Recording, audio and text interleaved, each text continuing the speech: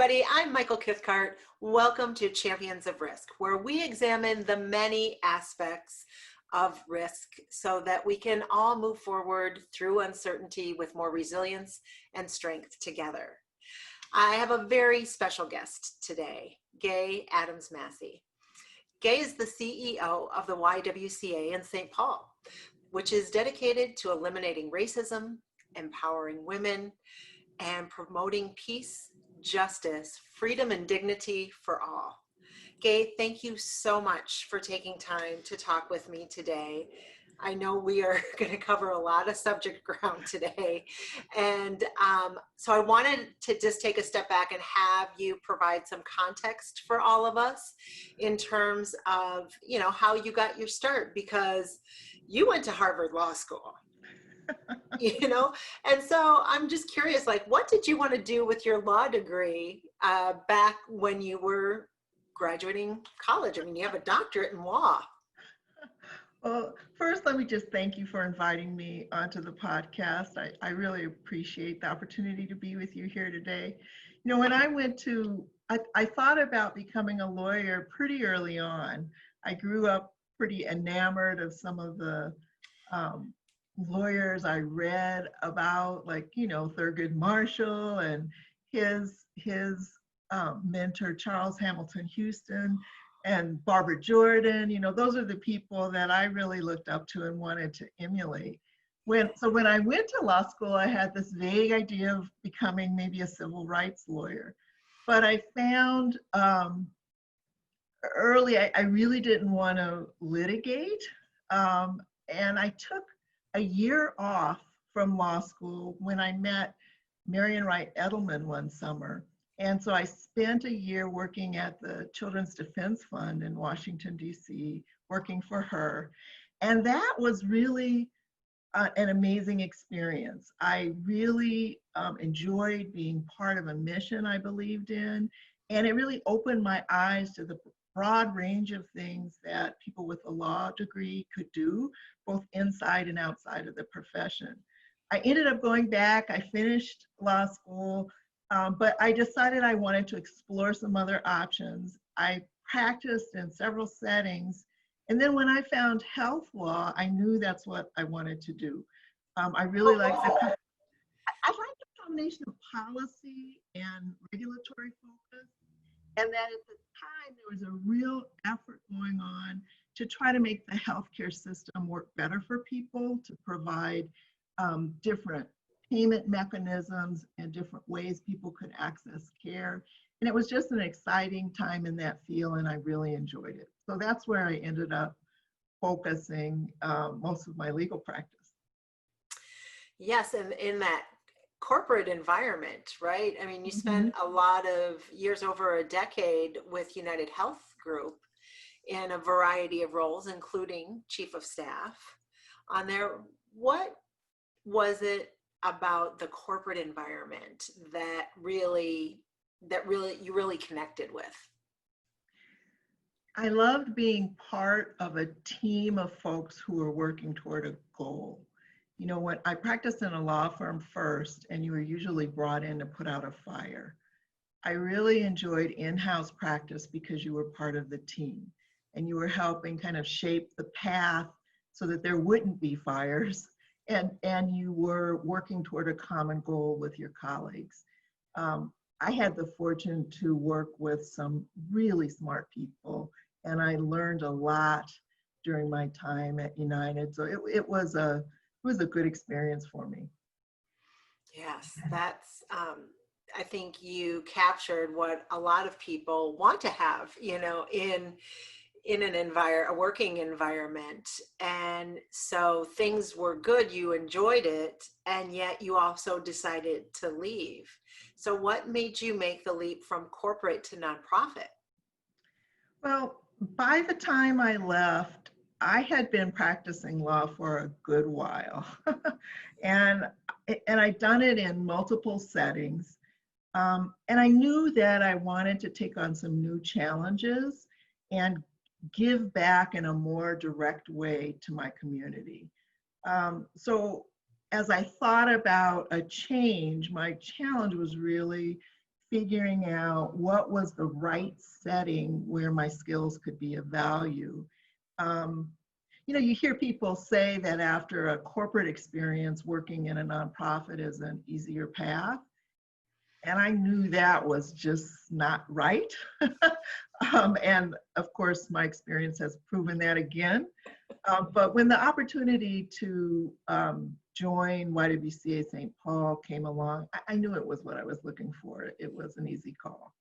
And what were some of those pieces about the YWCA? Like, why specifically was YWCA St. Paul the right fit for you?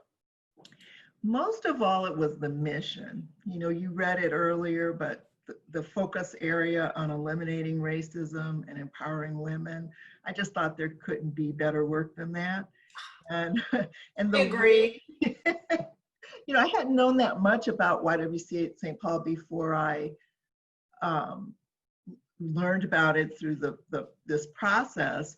But what I did learn about the work they were doing, not only to educate and advocate in the community around racial justice, but also to have programs that served low-income people, primarily in communities of color, in areas where there were significant racial disparity, jobs and economic development, housing and homelessness, youth development, leadership, academic achievement.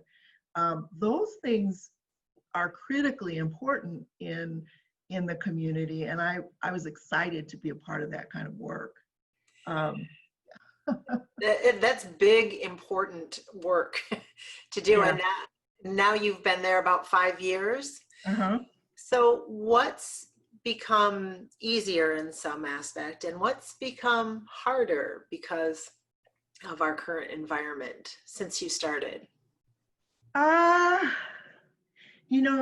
Early on when I joined, we had a lot of the same challenges that many nonprofits do. Building relationships to raise money in a changing philanthropic environment, especially finding those unrestricted dollars that allow us to build infrastructure and capacity.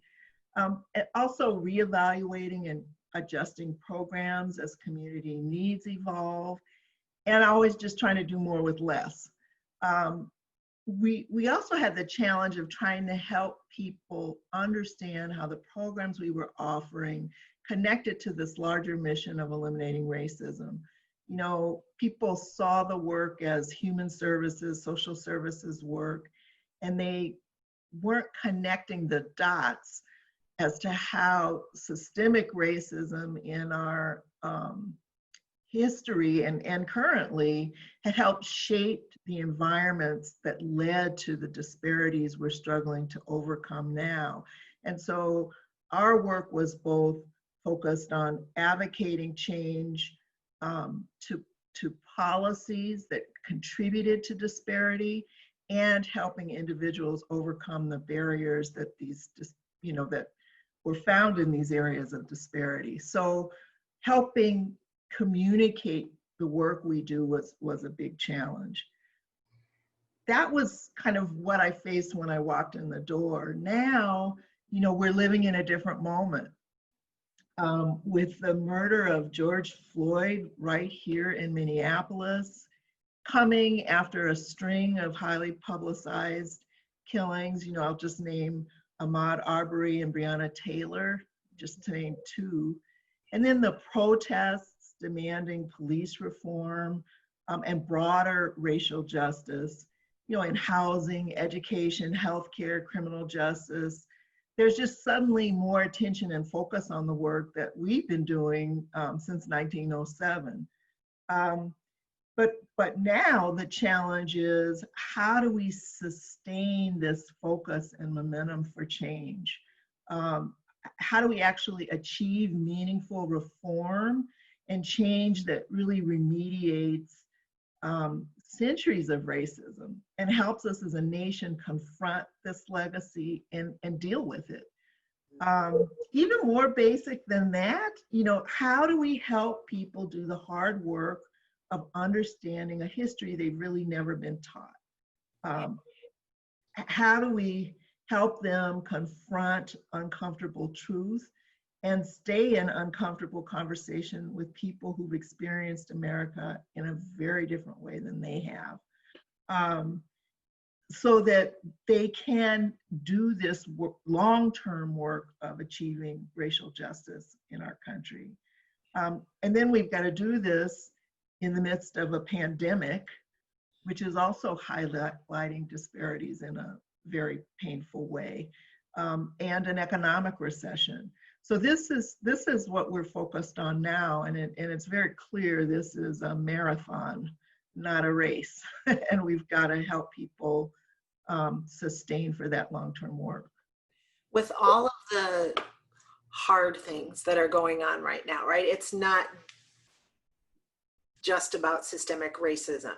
It's, as you mentioned, it's the economy, which is a piece of it as well. And also with the pandemic, exposing disparities, as you said. So it's all three of these things together, which can feel overwhelming, but why does that make it the best opportunity now to really address and fix systemic racism? Well, I think with the pandemic, more people are home. People have had more time to think about some of these issues than they might if their lives were as busy doing the things they normally do. I think the other piece is it heightens the feeling of crisis for the country, I think, and helps folks feel the importance of doing this work now.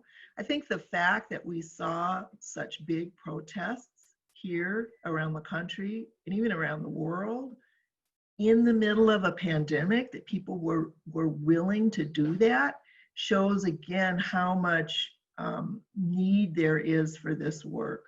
So I think all of that contributed to creating a focus and an energy on this that we haven't seen for quite a while. And yet race is still so hard to talk about for a lot of people. Yeah. What do you think are some of the contributing factors to that? Why is it so hard to have a conversation about race? I think we as a country have really not confronted race. I don't know if you've seen Brian Stevenson's TED Talk. He's the founder of the Equal Justice Institute.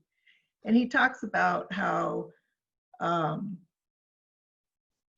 United States has never confronted its legacy of racism the way other countries have, the way Germany did after World War II, the way South Africa did after apartheid ended, where the country acknowledges this painful and difficult history and focuses on how to change its systems so that it's a fresh start and that this past will not be repeated again. That's never happened in the United States.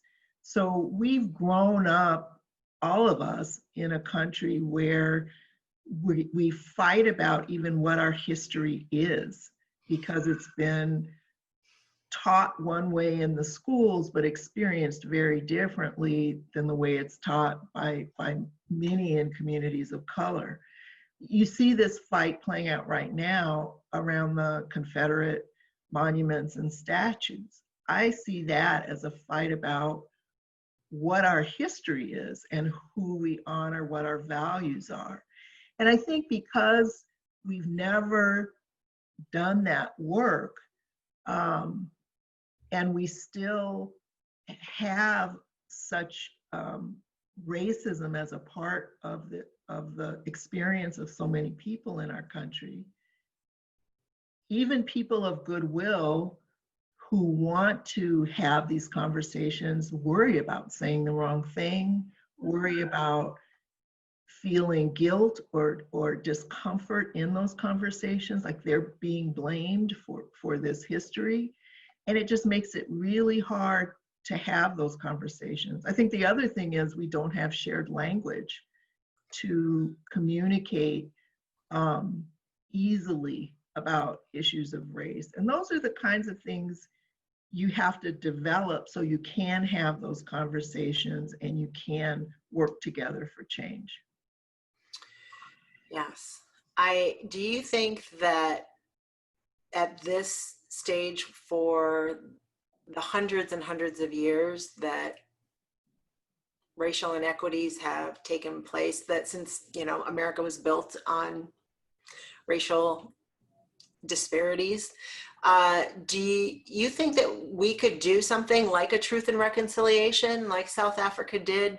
Would that even begin to heal, or are we at such a different phase right now that something maybe even more extreme needs to happen? I'm not sure about that. I do think it would be helpful to have some kind of national conversation and reckoning over these issues in a formal way. But we're in a challenging time. If you look at the history in this country, we have periods of significant progress on racial justice issues, usually after some major protest or some incident that's really sparked unrest, or sustained movements like the civil rights movement. And then we have backlash where we push back and undo. And we just lost John Lewis, a real giant in the civil rights community and a moral leader in this country. And he, put his life and his body on the line to fight peacefully for voting rights and racial justice in this country. And the Voting Rights Act was one of the big accomplishments, in his lifetime. And, a few years ago, much of it was gutted by the Supreme Court. So, and that was in his lifetime, the forward movement, then the backward movement. And I think this moment we're in right now, we've got the forward push through the protests, and we've got backlash at the same time. We have one of the strongest white nationalists movements going on right now, more visibly, bigger numbers than we've seen in a long time. And I think that's unique in history too, to have them. Usually they're sequential, but it seems to me we almost have it happening at the same time. So I think we do have to have a national conversation. I don't know if that's enough, but I think it's the right start. One of the things that I heard President Obama say at John Lewis's funeral is, sure, it's nice to put his name on the bill that he was willing to die for. Kind of like a novel concept. How about we actually make it all happen? Right. Which I thought was a great call to action. Right. I have heard other Black leaders, and in your letter talking about the murder of George Floyd, you also mentioned the importance of protesting, and you mentioned it earlier too, that protests can kind of lead to that surge.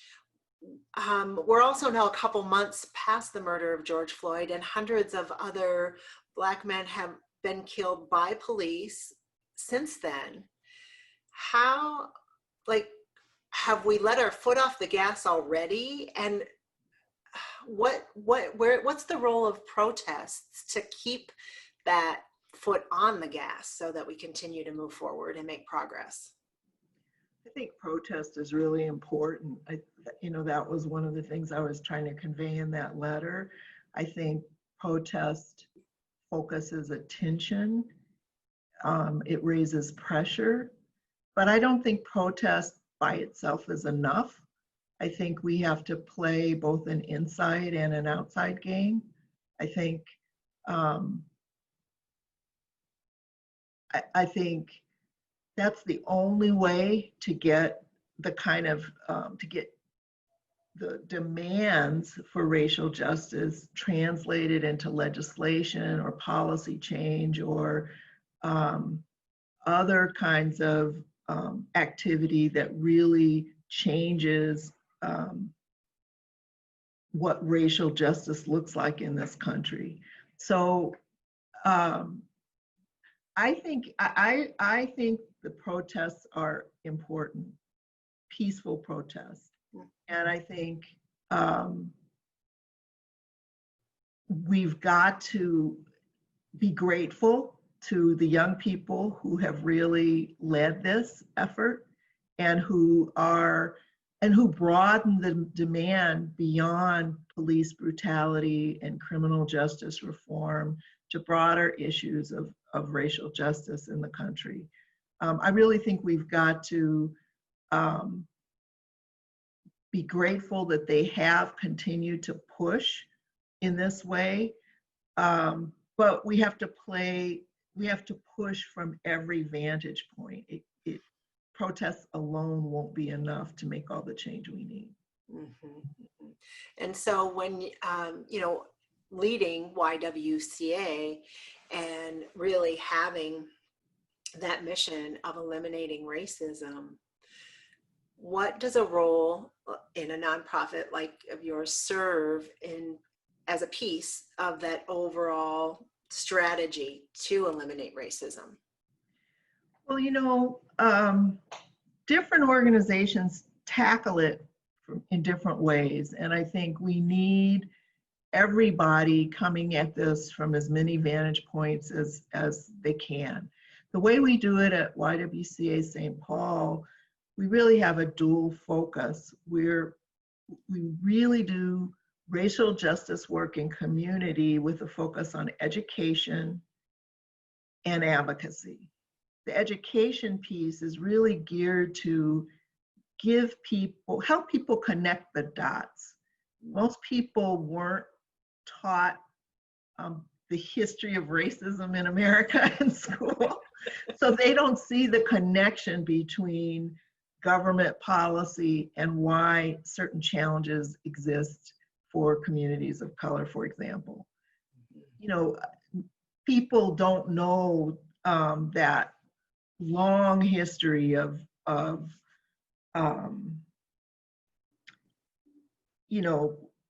people think slavery, then slavery ended. But we went from slavery to Jim Crow. We had segregation. We had KKK and other kinds of terror. We had redlining, where banks and the federal government limited access to loans and capital. We had voter suppression. The list just goes down to the present, to the kinds of, here in Minnesota, in the Twin Cities, we had some of the most aggressive restrictive covenants around housing anywhere in the country. And so people were forced into certain neighborhoods, which were then redlined and didn't get access to capital. And where you live determines your educational opportunities. So all of these things are connected, your access to healthcare and everything else. So we view part of our work is helping people connect those dots so they understand why we are where we are and what we need to do to try and make change, and how they, as one person, can help make a difference. And then the other piece is around the programs that help folks affected by these disparities overcome barriers so that their families can be stable and contribute in society. Mm-hmm. Mm-hmm. What some of the things that you mentioned, one, W. Kamau Bell, his CNN show United Shades of America is episode by episode in this new season is breaking down to help white people like me, help understand all the different angles and the breadth and depth of it. So even breaking down the difference between being a white supremacist, because you mentioned nationalism, white nationalism raising, and white supremacy. You know, all these, even things that might initially sound like a subtle nuance and the big differences that they are. You ran the YWCA St. Paul ran a 21-day challenge that I thought was just excellent in taking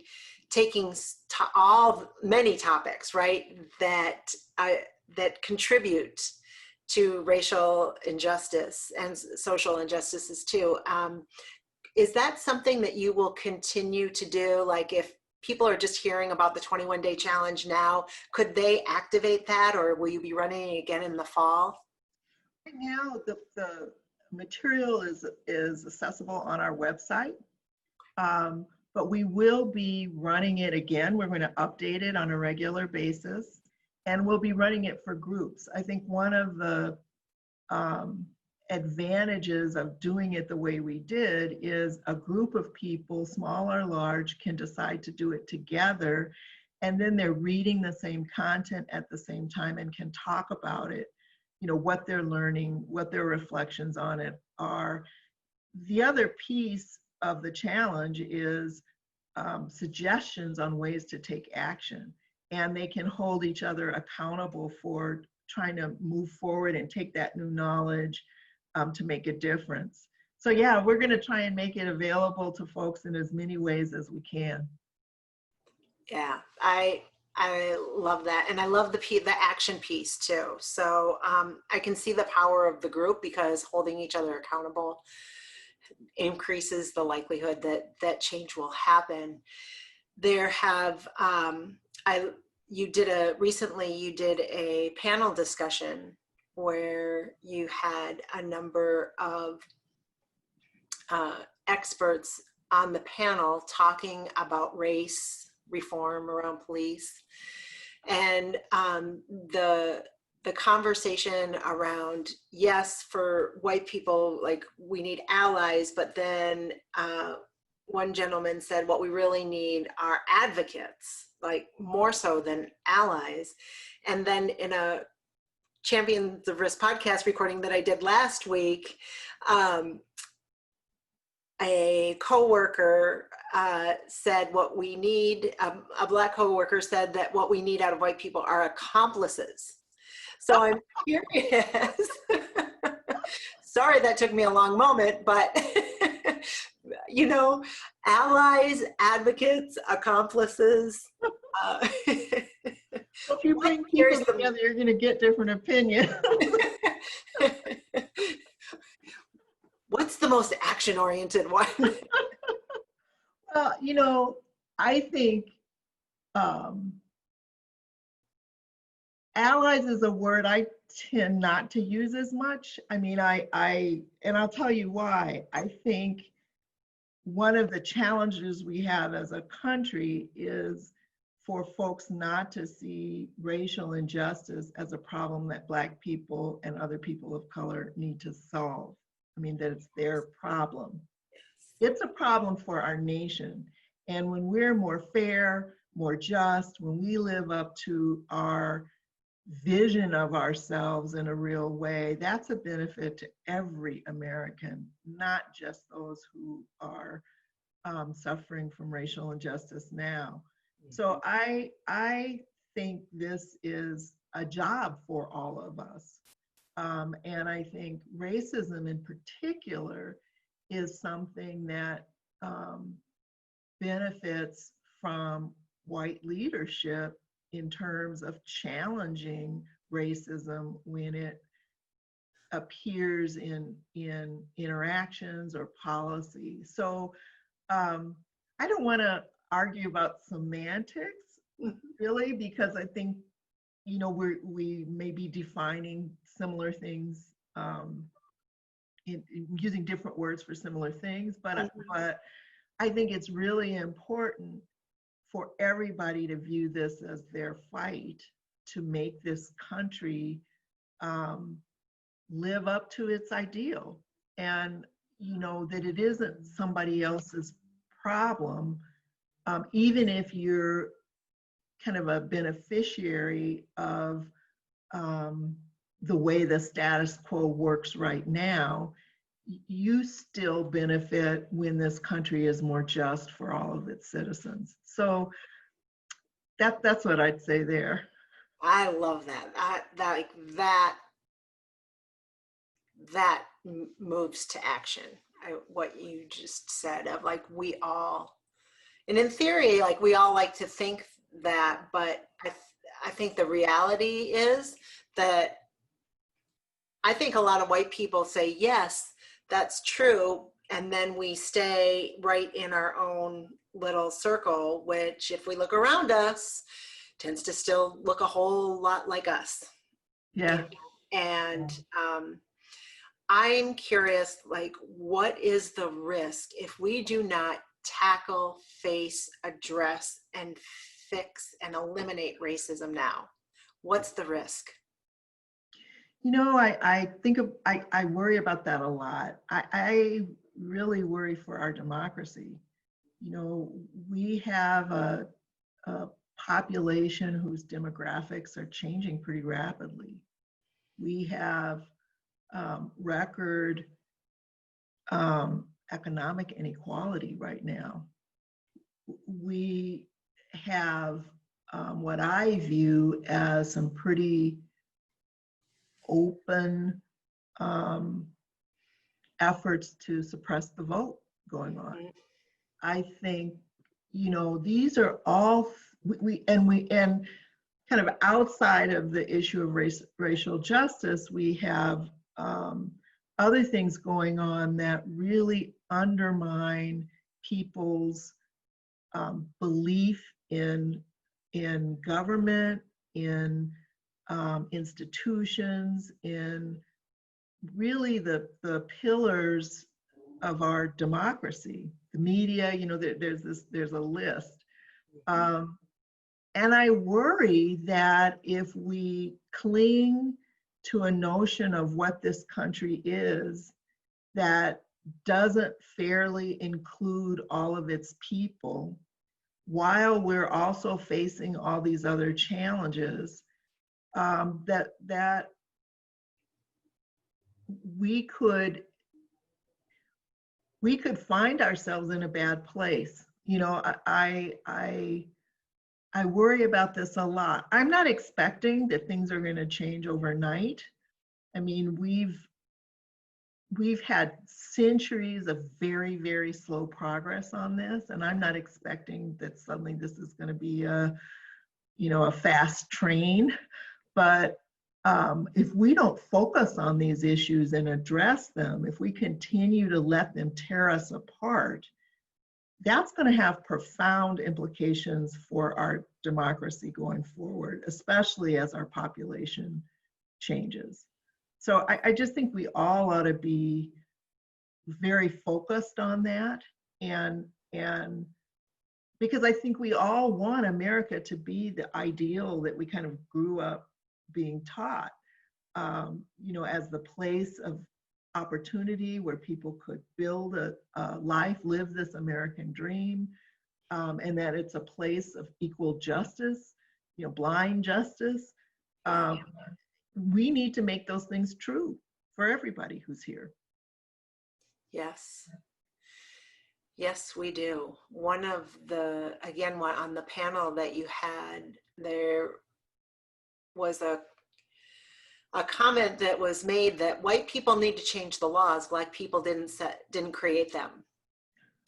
And I love that. Like, that just hit me like, yeah, no kidding. Like, you are absolutely right. So here we are, it's almost November, you know, like we are going to blink and it's here. And we hear every day how there are efforts to compromise the ability to vote. And so all of us, everybody, right? Like right now is a dedicated time in particular where we need to make our voices heard, and the action is in our votes. That's okay, that sounds great, but what else can we be doing leading up to that? Like okay, I'm voting and I'm gonna make my decisions based off of that, but that sounds too simple. I think, Powerful, but simple. yeah, voting is critical. And I think if there are things you can do to help make sure other people have access to voting, that's important too. You know, the Lawyers Committee for Civil Rights and other groups run election protection programs where they monitor to make sure that people's rights aren't abridged at the, voting place. In this election, more people are going to want to vote by mail because of the pandemic, and making sure that's available. Minnesota is one of the better places for ease of accessing the vote, but we still have people who have barriers, transportation, they have challenges, and there are groups working out there to help get people to the polls or help get them, their mail-in ballots. And I think if folks want to do more, they don't have to reinvent the wheel. They just have to find an organization that's doing this work and volunteer and help, or donate, help make that work possible and have a broader reach, so that we can have more people engaged in our democracy. That's what voting is. So it doesn't feel like enough, but I just hope people remember, you don't have to start from scratch. There are folks doing this work. Join them. Yeah, that is great. I think like a good testament is for anyone out there, especially white people, that take any interest that you have.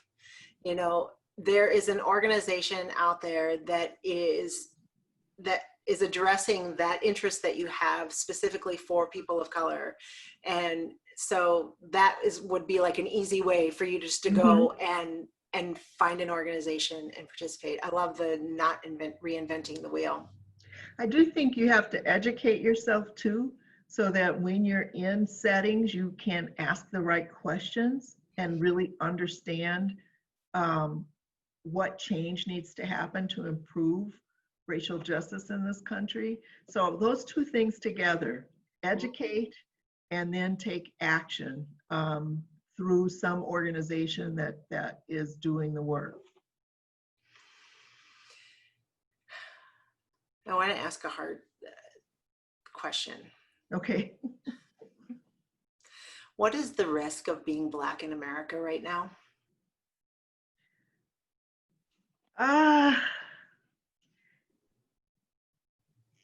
I have a hard time answering that one. It's Black people are not monolithic. We have a range of experiences in this country. But I can say that most of us will experience racism, overt or covert, because of the stereotypes someone else has about Black people. I can say that more of us than the overall population are likely to have life-threatening encounters with the police and the criminal justice system, to have struggles getting a job or advancing in a career, to have less access to good health care, to have more challenges in things like getting credit or access to capital, to renting or buying a home, or getting a good education. All of these disparities are interconnected, and this situation is not because Black people are lazy or stupid or don't want to work. It's because of the systems that set up these challenges. I was mentioning it earlier, but just think about this history: slavery, segregation, Jim Crow laws, voter suppression, restrictive covenants in housing, bank and federal government redlining for mortgages and disinvestment in Black communities, mass incarceration, unequal funding of public schools. All of these were intentional policies that have shaped where we are today. And Black people tend to be the ones whose lives are affected and shaped by these policies. So it's a hard question to answer, but it shows up in all kinds of ways. Even COVID-19, you know, you're seeing that Black people are 4 times more likely to die from it. And the reasons are complex, but they usually tie back to access to good health care, the toxic stress of a life full of these kinds of challenges created by racism in society, which lead to chronic disease and early death in communities of color. So that's a hard one, but you know, those are that's what I'm talking about are just the statistics, or you know, the prevalent experience of many Black people in this country. It feels like on some level, everything that's happening right now is so clearly exposing the policies that need to be changed. I think that's right. If we didn't think we had a roadmap before, we have one now. I think that's right. If we're willing to open our eyes and look and not decide this is too hard, or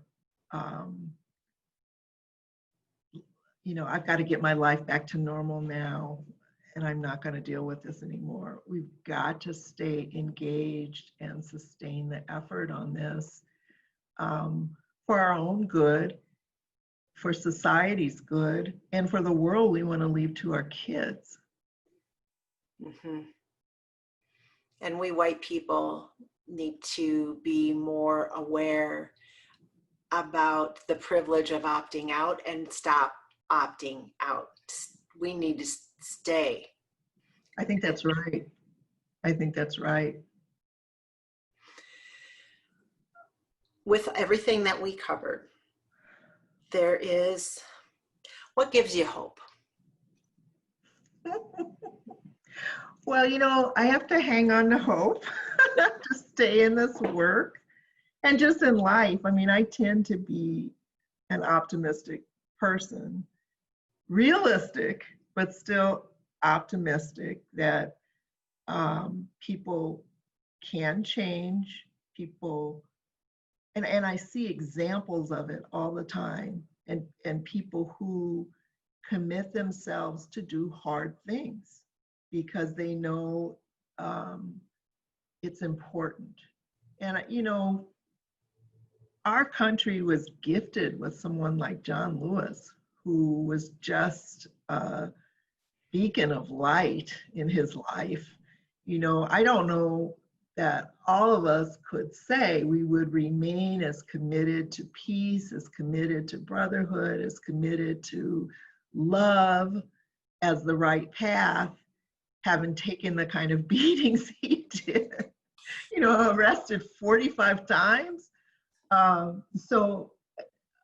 But we have those examples, and none of us has to be John Lewis, but we do have to do our part. And I see more and more willingness of folks to